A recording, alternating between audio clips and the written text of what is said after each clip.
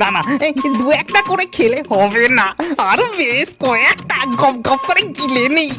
আর কয়েকটা আমার Psaki darling এর জন্য নিয়ে যাও।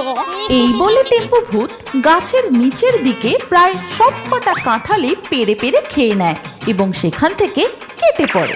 তারপর সে তার গিন্নি অর্থাৎ শাকচুন্নিকে গিয়ে বলে, সাকি ডার্লিং, ও সাকি ডার্লিং, এই দেখো আমি তোমার জন্য কি নিয়ে এসেছি, টেস্টি এন্ড হেলদি ফ্রুটস।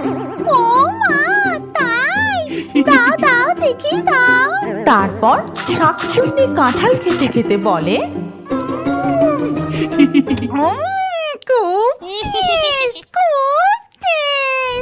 এদিকে চাটুজ্জে গিন্নি সকালে উঠে কাঁঠাল গাছে কাঁঠাল না দেখতে পেয়ে তো একেবারে মরা কান্না জুড়ে দেয়। হায় হায় হায় গো, আমার কি সর্বনাশ হলো গো, আমার গাছের ছোট বড় সব কাঁঠাল চুরি হয়ে গেল গো।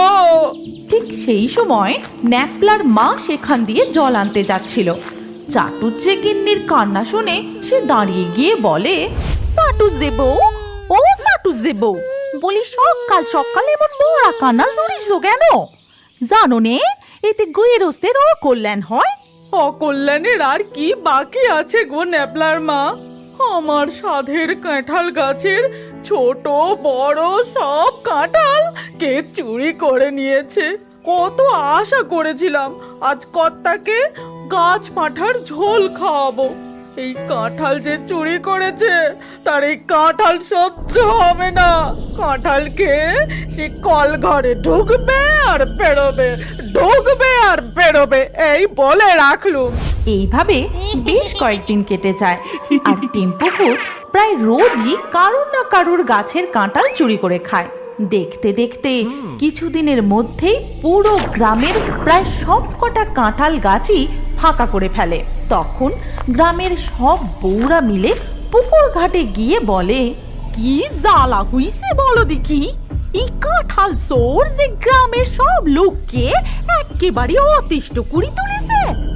গ্রামের কোনো গাছে আর একটাও কাঁঠাল থাকতে দিচ্ছে না। ন্যাপলার বাবা কাঁঠাল খেতে কত ভালোবাসে, মানুষটা একটাও কাঁঠাল খেতে পারলো নি। এই কাঁঠাল চোরকে যদি একবার হাতে পাই না, মুড়ো ছেঁটার বাড়ি মেরে একেবারে সিধে করে দেব। চুরি করে কাঁঠাল খাবার স্বাদ একেবারে জম্মের মতো মিটিয়ে দেব। তারপর তারা জল নিয়ে যে যার বাড়ি চলে যায়।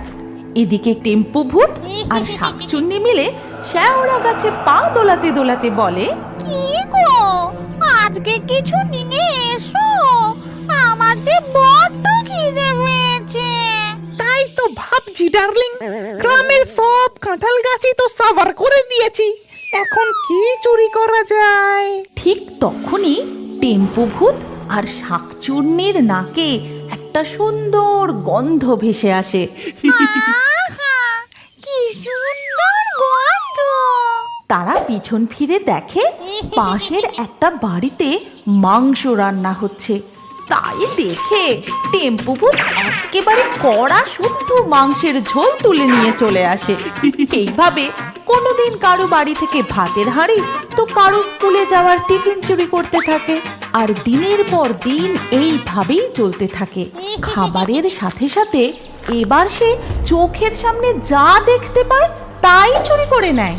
এমনই একদিন সুকল্যাণ বাবু তার ছোট মেয়ে সাথীর জন্য শহর থেকে স্নো পাউডার আর লিপস্টিক কিনে আনেন। আসলে সে সাজগোজ করতে খুব ভালোবাসতো। সেগুলো পেয়ে সাথী তো খুব খুশি হয় এবং সেগুলো তার ঘরে রেখে আসে। ভূত পাঁচিলের ওপর থেকে বসে বসে সেই সব কিছু দেখে আর বলে, আরে ইয়ে তো হেভি জিনিস, আমার সাকি ডার্লিং এর জন্য সোনো পাউডার আর লিপস্টিক নিয়ে গেলে ডার্লিং আমার খুব খুশি হয়ে যাবে। তারপর টেম্পু ভূত ওগুলো চুরি করে এনে শাকচুন্নিকে গিয়ে দেয়। এগুলো